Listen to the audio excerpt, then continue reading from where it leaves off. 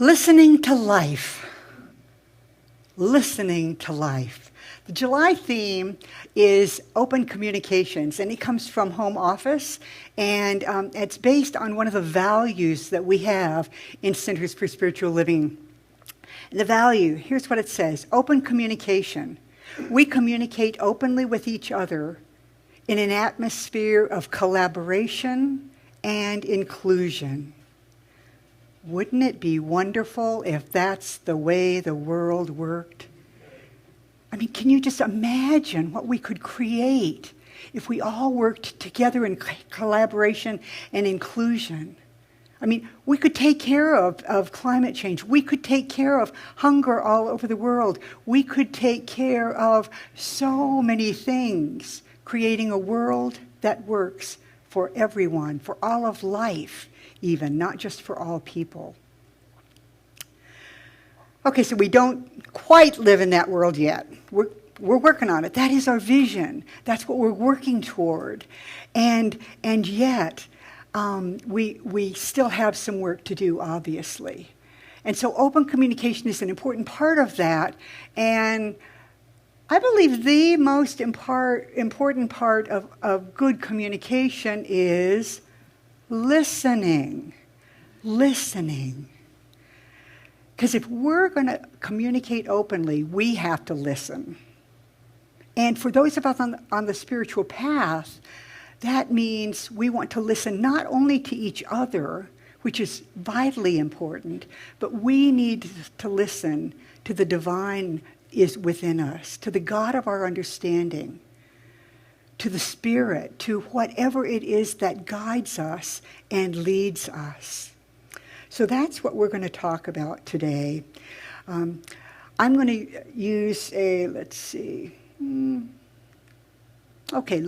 to life.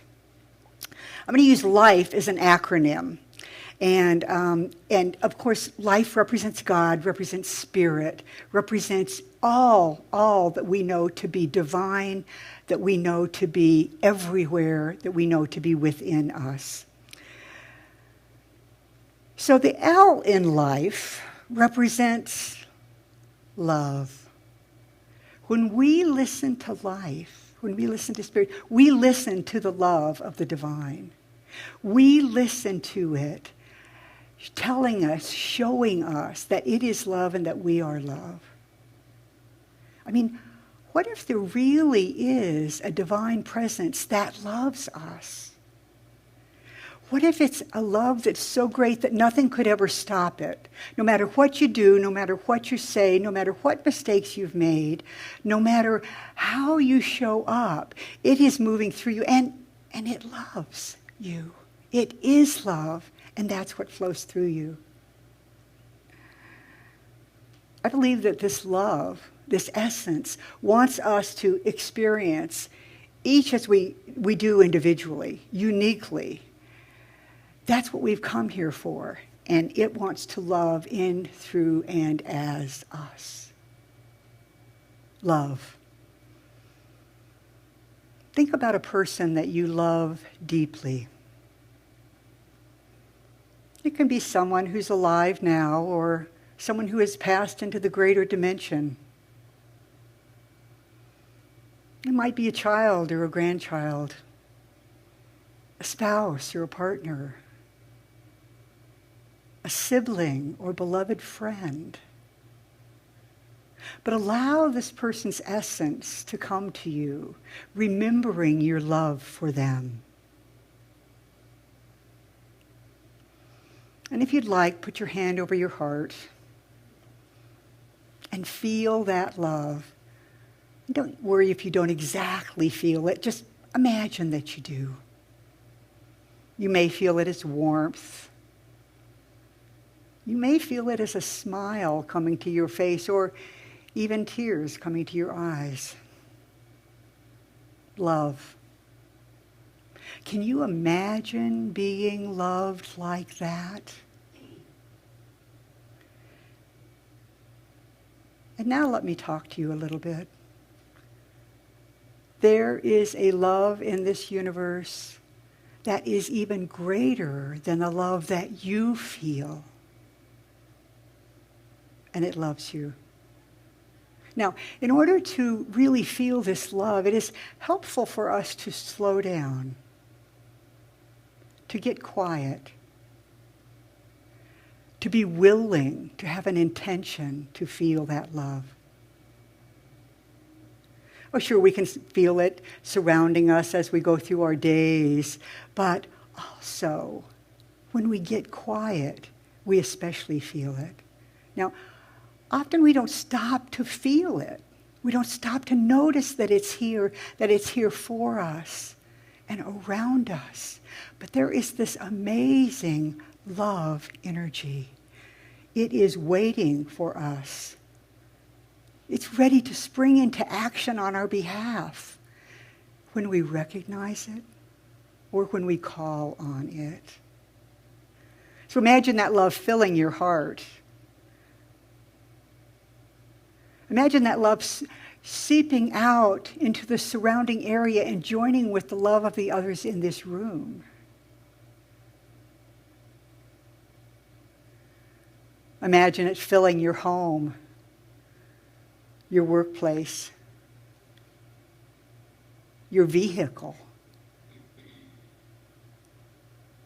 What does it look like to you? What does it sound like? What does it feel like?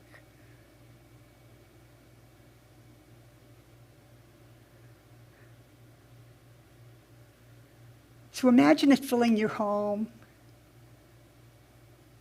Imagine it filling your workplace or the places that you play.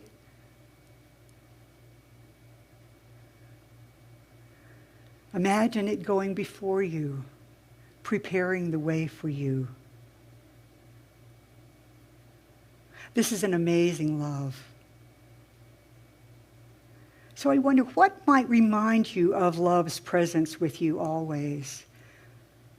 I invite you, if you want to ask love to give you a little reminder, maybe a word or a picture or a sound. Something that you'll remember later. Maybe something that you will remember throughout your days to remind you that you are loved and you are here to love. You are amazing, amazing, amazing. So feel free to open your eyes now. Listening to love is an important part of listening to life. For love changes everything. So the L in life is for love, and the I in life is for intelligence. We get to listen to the intelligence of the divine. I mean, can you think about the intelligence that it took for us to even be here on this spinning rock that we call the earth? Can you contemplate the intelligence that was required to keep your physical body going? Your heart, digesting your food, all of this. And can you even imagine the intelligence that has created something as miraculous as the human brain? And there are some interesting ones out there, for sure. We can all call upon that great reservoir of intelligence and wisdom. It's here for us. We can say, okay, Spirit, what do I need to know now? If we get quiet and listen and have the intention, we can absolutely hear all that we need to know, all of the guidance, all of the reminders, all of the support, all of the encouragement. Meditation, of course, is an excellent way to quiet your mind, to open to the intelligence of the divine. Now, have you ever noticed, and you may have, because I've mentioned this before, that listen and silent have the exact same letters. I forget that, and then I remember it, and I'm amazed. listen and silent have the exact same letters. If we're going to listen, we have to be silent, whether we're listening to spirit or listening to someone else. There was once a farmer who discovered that he had lost his watch in the barn, in the stack of hay. And this was a special watch because his father had given it to him, and his father had been given it by his father. So this is a family watch, and he couldn't find it. But there were kids outside playing in front of the barn, and so he said, "Come on in and look for my watch. I'll reward anybody that finds it. I'll make it worth it." And so the kids, all excited about getting a reward, came in. They go through the whole stack of hay, and finally they get bored because they're not finding it, and so they go back outside and back out to play. The watch has still not been found. But one little boy says, "Give me another chance. Let me go in there by myself." And the farmer thought, well, seems like a nice enough kid. Why not? So kid goes back into the barn by himself. After a while, he comes back out with the watch in his hand. And the farmer says, "Oh my goodness, how did you find it?" And the kid says, "I just sat on the floor and I was totally silent. And I could hear it ticking. So then I just went to where it was.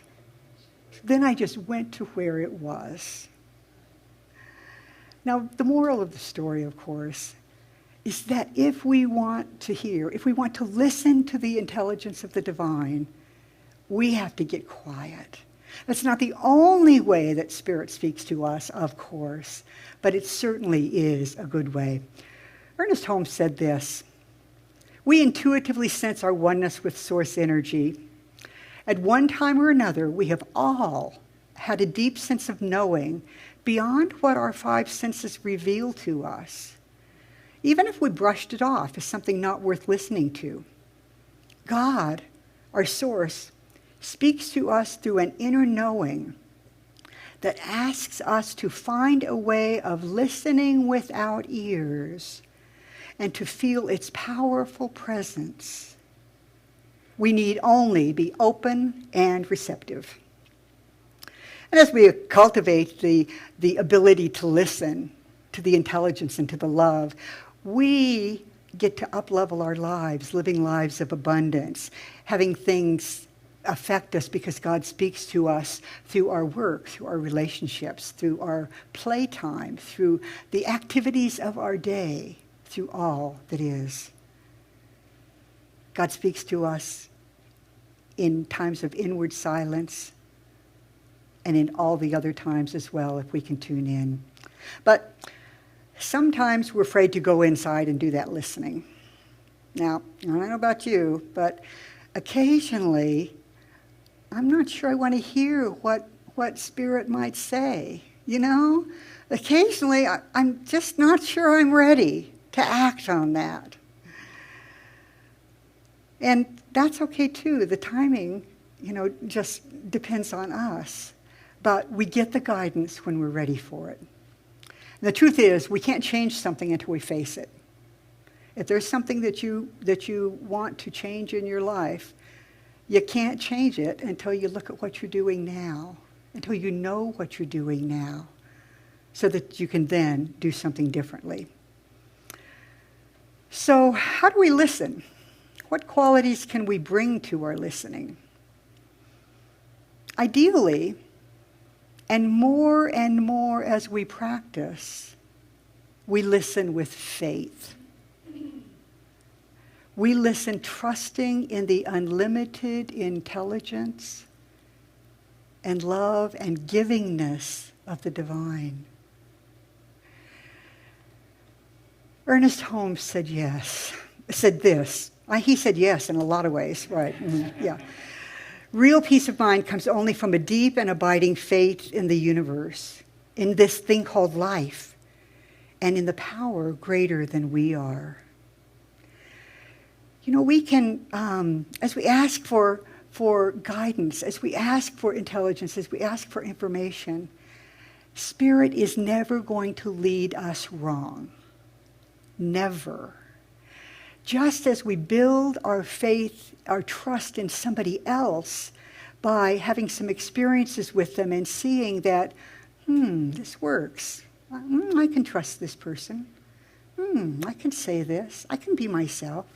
Just as we do that, we build our faith by experiencing, asking again and again, surrendering again and again, and allowing the divine to show us that it's here for us, absolutely here for us. So we build our faith by practice. I love this quote from Patrick Overton. When you have come to the edge of all the light that you know, and you are about to step off into the darkness of the unknown, faith is knowing that one of two things will happen. There will be something solid to stand on, or you will be taught to fly. Something solid to stand on, or you will be taught to fly. That's the kind of faith that we can have. But wait, you might say, how do I know? How do I know that the guidance I'm receiving is guidance from the divine? What if it's just my ego talking to me? Well, you will know. First of all, Spirit will never tell you to do anything, never give you any guidance that would intentionally harm someone else. Now, that's not to say no one will ever be hurt when you make the choices or feel hurt when you make the choices that you need to make. But Spirit will never lead you to intentionally harm another or yourself. And of course, Spirit would never guide you to do something that you know is wrong. Hello. Having faith also means expecting our prayers to be answered, expecting our good to show up, expecting things to work out. And Spirit has unlimited resources. And faith is trusting and knowing that all of that is here for us, that we can call on it, that we can use it, that it wants to use us, that it wants to be used by us. So the F in life is for faith. The E in life is for enthusiasm. Now, I've been told that I need to work on that. And some of you also, the enthusiasm thing. Okay, well, we'll get to that later. So, if you have faith in what you hear, if you have faith in the guidance, then you will act on it with enthusiasm. Acting on it is how we get to respond. Mary and I have iPhones, and we often use maps if we're going to go someplace to see where the traffic is. And she said it's okay to tell this story. So we were going to head up to Evergreen to visit our friends, have lunch with them. And when we got to I-25, that was just about when I got the Maps app turned on. And we turned on to I-25, and traffic was slow. And Siri said, go a different way. Now, I was the navigator, so of course I shared this with Mary. And she said, I don't know if this is an exact quote, but something like, it'll be okay. We're just going to take I-25. Okay, famous last words.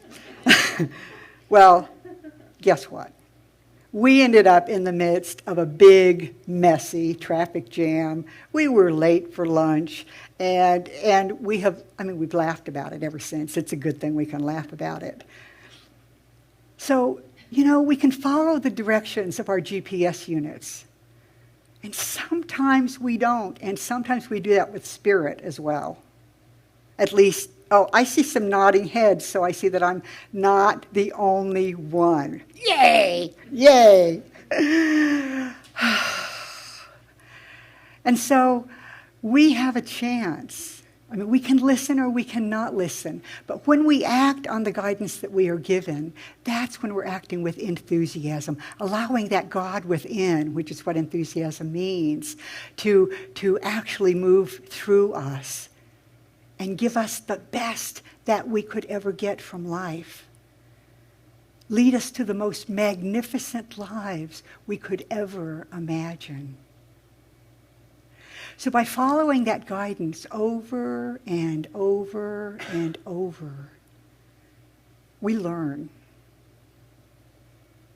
And if we fail to follow the guidance over and over and over, we may get some interesting things showing up in our lives, and eventually that guidance might dim. Eventually we might not hear it if we don't pay attention to it. It's a gift that has been given to us. Using it is a wonderful thing. So by following our guidance, we build our faith muscle.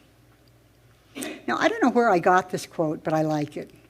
I hear Spirit's voice through my listening heart. I hear Spirit's voice through my listening heart, and I answer through my compassionate action. I hear Spirit's voice through my heart, and I answer with my compassionate action. That's the way it works. And in this thing called you, Ernest Holmes said, my affairs are in the keeping of infinite wisdom. I'm guided by divine intelligence. The activity of Spirit inspires my mind and flows through my actions. Life lies open to me, rich, full, and abundant. So in closing, I want to read something from Mark Nepo, who wrote the wonderful book called 7,000 Ways of Listening. Just an amazing book. If you have not read it, you may want to get it from the library or get it online or something like that. Mark Nepo says, in essence, we hear in equal measures to what we listen with. When we listen with our mind, we understand more of life. When we listen with our heart, we feel more of life. When we listen with our entire being and spirit, we are transformed and joined with life itself. But why listen at all? Why listen at all? Because listening stitches the world together. Because listening is the doorway to everything that matters. It enlivens the heart the way breathing enlivens the lungs. We listen to awaken our heart. We do this to stay vital and alive. So I invite you as you go forth this week, into your week, to listen to life. To listen to the love and the intelligence. To listen with faith and with absolute enthusiasm. And see what happens. Feel free to give me a report next week, because I think this stuff works. So as practitioners stand in high consciousness, let's take this into prayer.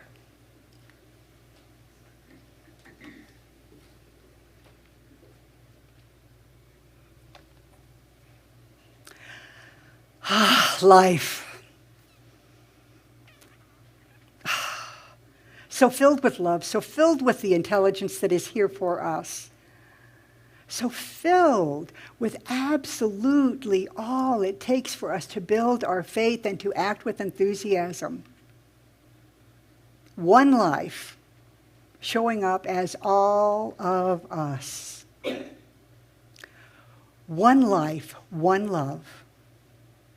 That's what we are here as, and that's what we are here for. And so I absolutely know that as each of us goes forward this week, it is in love. It is in joy. It is with that reminder from love that we are surrounded by it and infused with it.